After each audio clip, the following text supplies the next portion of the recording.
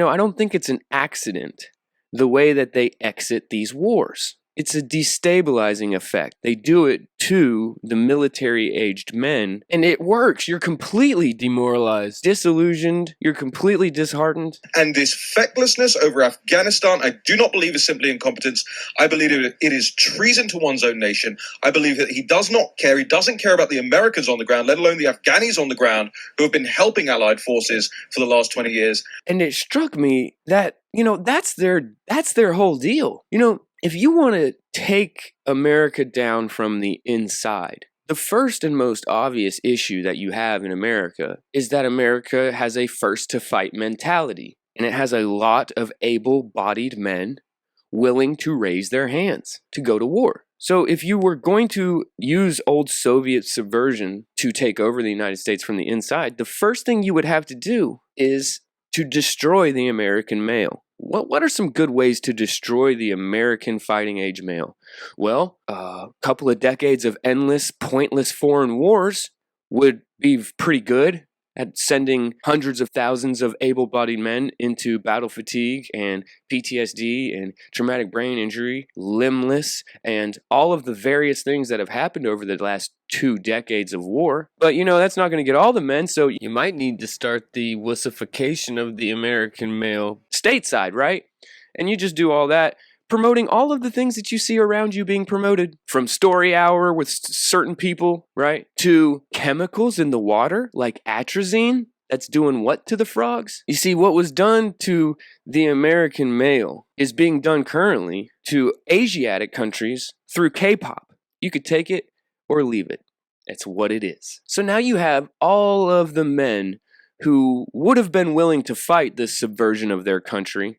Now they've been involved in 2 decades worth of war. They're broken physically, mentally. You also have 2 decades of policy in the United States that you've enacted, creating a obese and lazy version of the American male. That's not even touching on the actual subversive policies that they've managed to get injected directly into the military, talking about the EO meetings that you have to do for hours and hours. And the policies have they've become insane. And this started with don't ask, don't tell, leading all the way up to the insanity that is now our current fighting force, which has just become almost a caricature at points, culminating with General Milley just talking crazy in front of Congress. Let's just listen to what to me will go down as the most insane thing I've ever seen a general do during congressional testimony. And it was insane.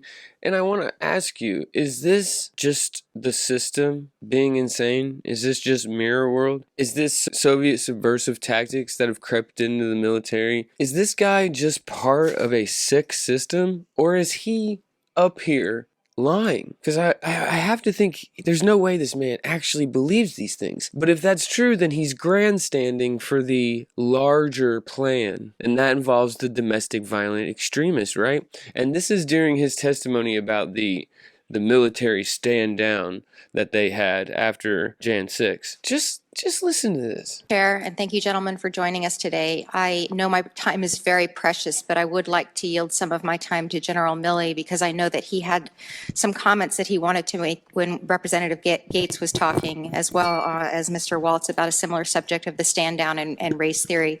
Would you like a minute or so to comment on that? Do you remember what your line of questioning or thought was there?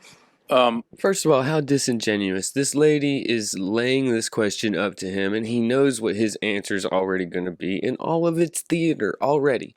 I'm annoyed. Sure. First of all, on the issue of critical race theory, et cetera, I'll obviously have to get much smarter on whatever the theory is. But I do think it's important, actually, for those of us in uniform to be open-minded and be widely read. Okay, yeah, obviously. The United States Military Academy is a university. The United States Military Academy is a university, okay. And it is important that we train and we understand, and I want to understand white rage. And What? Okay. Yeah, it's important for the military to study all kinds of things, but there's a difference between studying a topic and incorporating it into every aspect of your curriculum. I want to understand white rage, and I'm white, and I want to understand it. So what is it that caused thousands of people to assault this building and try to overturn the Constitution of the United States of America? What? Thousands of people assaulted that building and tried to overturn the Constitution of the United States of America. None of them were charged with that, but that's what they were doing. Or maybe if you're going to be fair and talk about what they were charged with, you could say hundreds of people were trespassing. Caused that? I want to find that out. I want to maintain an open mind here, and I do want to analyze it. It's important. I have a feeling you don't. Because it wasn't what you think it was. It wasn't white rage. It was, let me just leave that alone because I'm still on YouTube for now. That we understand that, because our soldiers, sailors, airmen, Marines, and Guardians, they come from the American people. So it is important that the leaders, now and in the future, do understand it.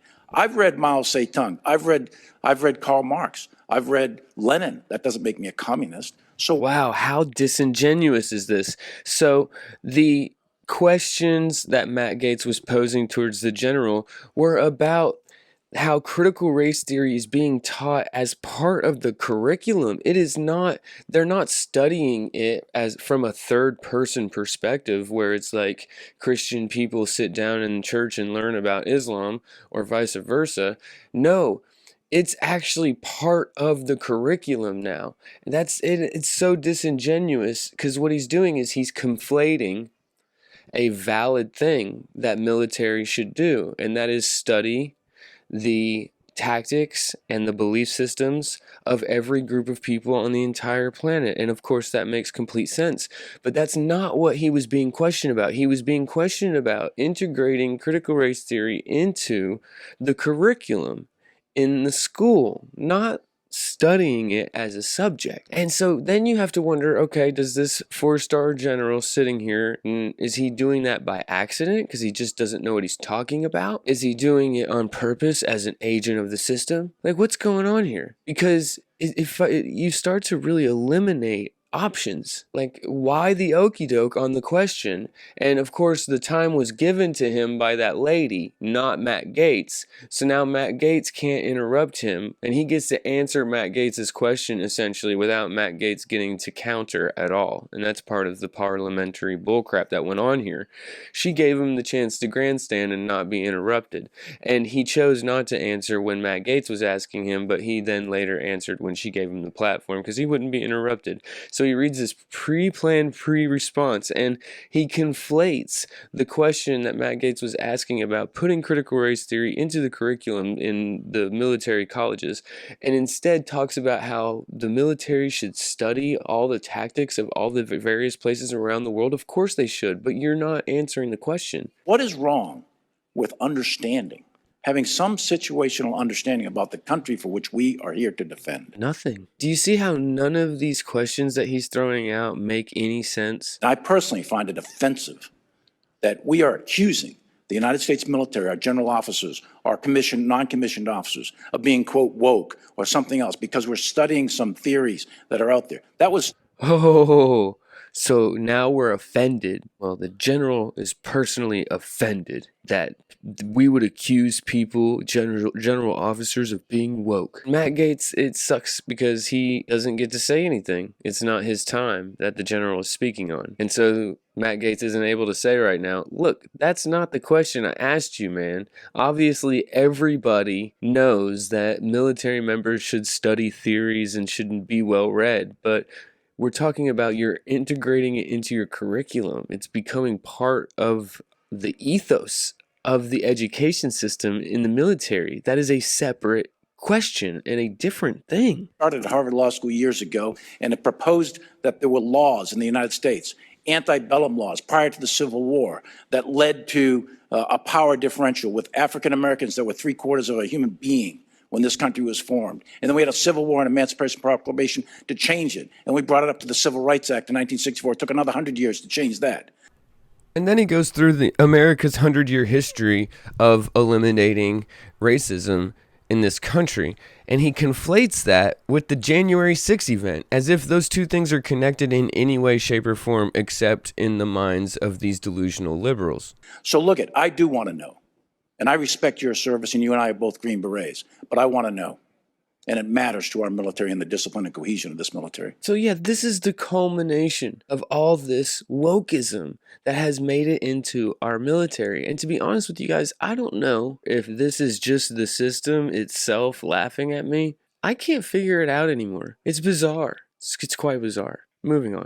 And there's just one more insidious thing that they did. They made one of the places where they sent us into endless war, Afghanistan. That way they could take all of the opium in the whole world, put it to a pharmaceutical grade, and inject it into all of the cities in flyover country around America.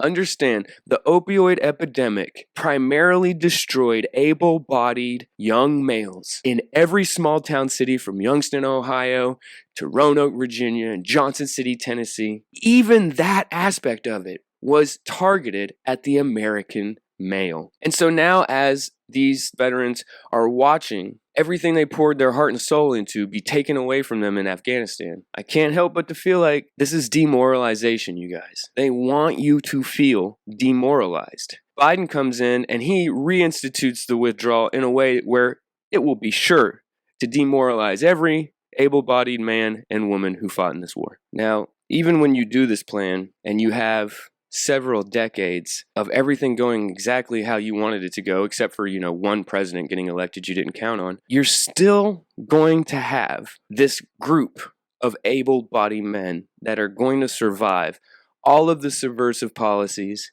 They're going to survive the demoralization of being abused when they went to war and came back.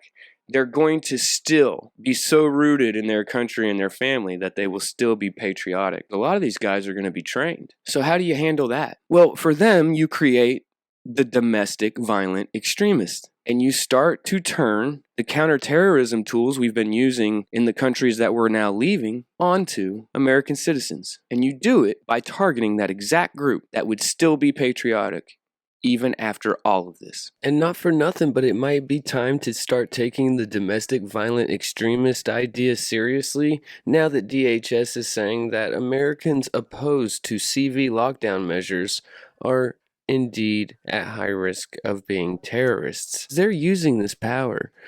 Nicholas Fuentes, who we've talked about a couple of times on channel, they put him on the no-fly list. He never went into the Capitol. Well, they've seized his bank accounts now, guys. And he's nothing more than a young Alex Jones. And it's insane, you guys. Things are getting crazy.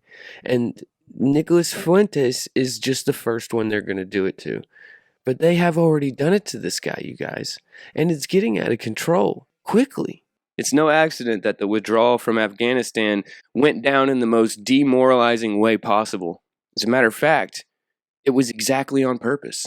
Alright guys, the second half of this episode is me splicing an interview between Biden and Stephanopoulos about Afghanistan and a contractor who was present as they were emptying out of Afghanistan. Just over the past few days, he was live streaming and showing us what things looked like there on the ground as the withdrawal happened, and I thought it was an interesting juxtaposition to put the things that Biden was saying during the Stephanopoulos interview next to those images. So that's what the rest of this video is. I love you guys. I'll talk to y'all soon. Peace. So you don't think this could have been handled, this actually could have been handled better in any way? No mistakes? No. So I got a good advantage of the airport right now. The Taliban control the passenger side of the terminal. And then we're over here on this end. Got the little birds over there. It took 2 days to take control of the airport. We have control of the airport now. Still a lot of pandemonium outside the airport. Well, there is, but look.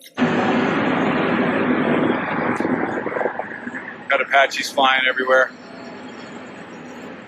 We can't put up our PDIDs or the blimps that we use to put a camera on things at the airport. So I think there's a lot of the helicopters are just scanning the perimeter. Fucking hell, man, it's the end of the world over here. That's Taliban country right over there. Back in July, you said a Taliban takeover was highly unlikely. Was the intelligence wrong, or did you downplay it? I think there was no consensus. You go back and look at the intelligence reports.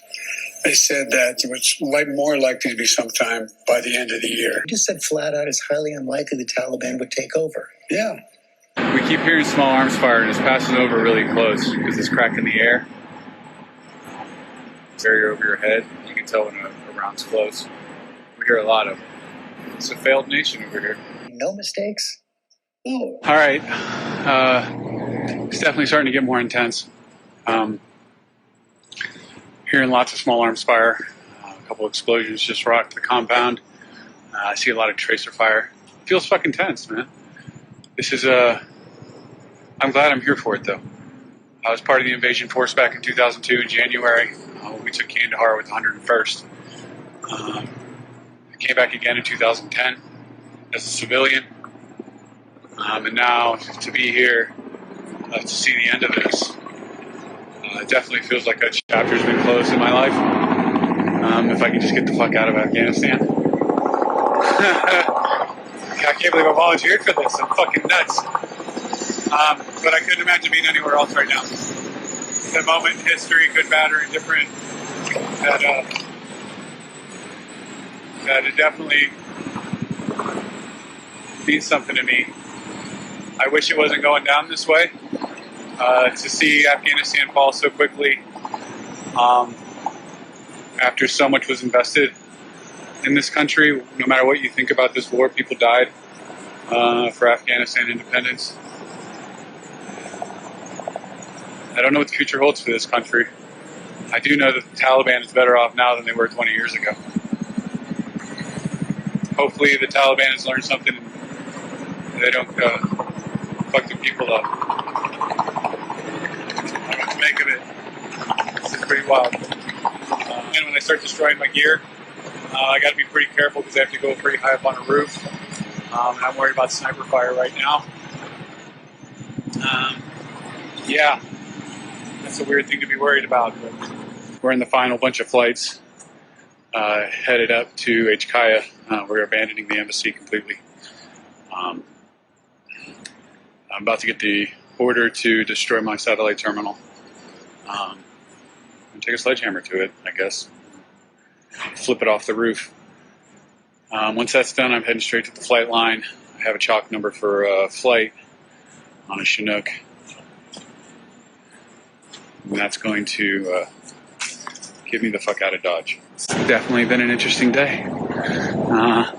Never thought I would see a fall of Saigon in my lifetime, but that's exactly what's going on here. Some Vietnamese veterans see Vietnamese veterans. This woman just called Vietnam veterans Vietnamese veterans. Some Vietnamese veterans see echoes of their experience in this withdrawal in Afghanistan. Do you see any parallels between this withdrawal and what happened in Vietnam with some people feeling? None whatsoever. There's going to be no circumstance where you see people being lifted off the roof of a embassy of the United States from Afghanistan. It is not at all comfortable. Never thought I would see a fall of Saigon in my lifetime, but that's exactly what's going on here. The Taliban are indiscriminately executing people in the street. We've witnessed it on the blimp feeds. Still a lot of pandemonium outside the airport. Well, there is, but look, but no one's being killed right now. God forgive me if I'm wrong about that, but no one's being killed right now. The Taliban are indiscriminately executing people in the street. We've witnessed it on the blimp feeds. Luckily, I'm not driving to HKIA. According to Afghanistan Live Map, which I highly suggest, they are all over. They were supposedly holding at the gates until a proper transition could be handled, but we're hearing gunshots. This is where we're located right here, and where we'll be headed to the airport. I don't think it could have been handled in a way that we're going to go back in hindsight and look, but the idea that somehow there's a way to have gotten out without chaos ensuing, I don't know how that happens. I don't know how that happened. So for you, that was always priced into the decision? Yes. Look at all the destroyed gear.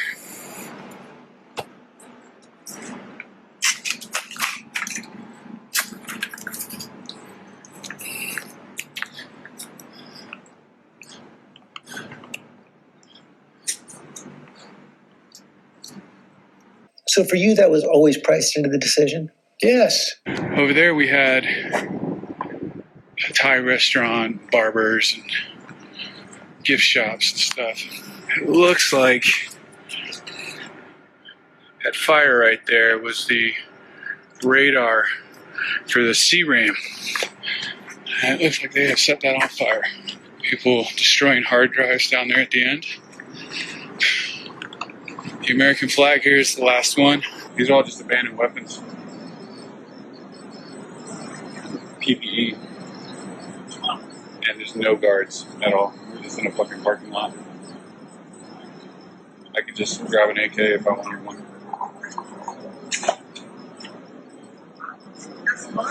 All the M4s. Ammo. Plate carriers.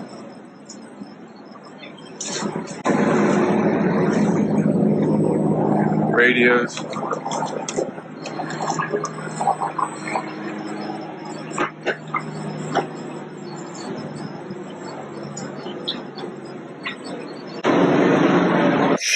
We got 1,000, somewhere 1,200 out yesterday, a couple thousand a day, and it's increasing. We're going to get those people out. But we've all seen the pictures. We've seen those hundreds of people packed into a C-17. We've seen Afghans falling. That was 4 days ago, 5. Over there on the other side of the tarmac, you can see all the Afghans lined up.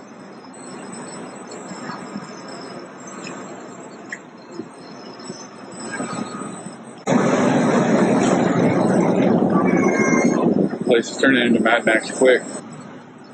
Abandoned Toyotas.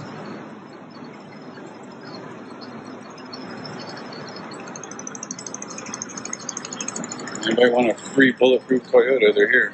When you look at what's happened over the last week, was it a failure of intelligence, planning, execution, or judgment? Look, I don't think it was a fair. Look, it was a simple choice, George. When the Taliban, let me put it another way. When you had the government of Afghanistan, the leader of that government getting in a plane and taking off and going to another country, when you saw the significant collapse of the Afghan troops we had trained, up to 300,000 of them, just leaving their equipment and taking off. That was, that's what happened. Like, share, subscribe to the channel. Catch y'all next time.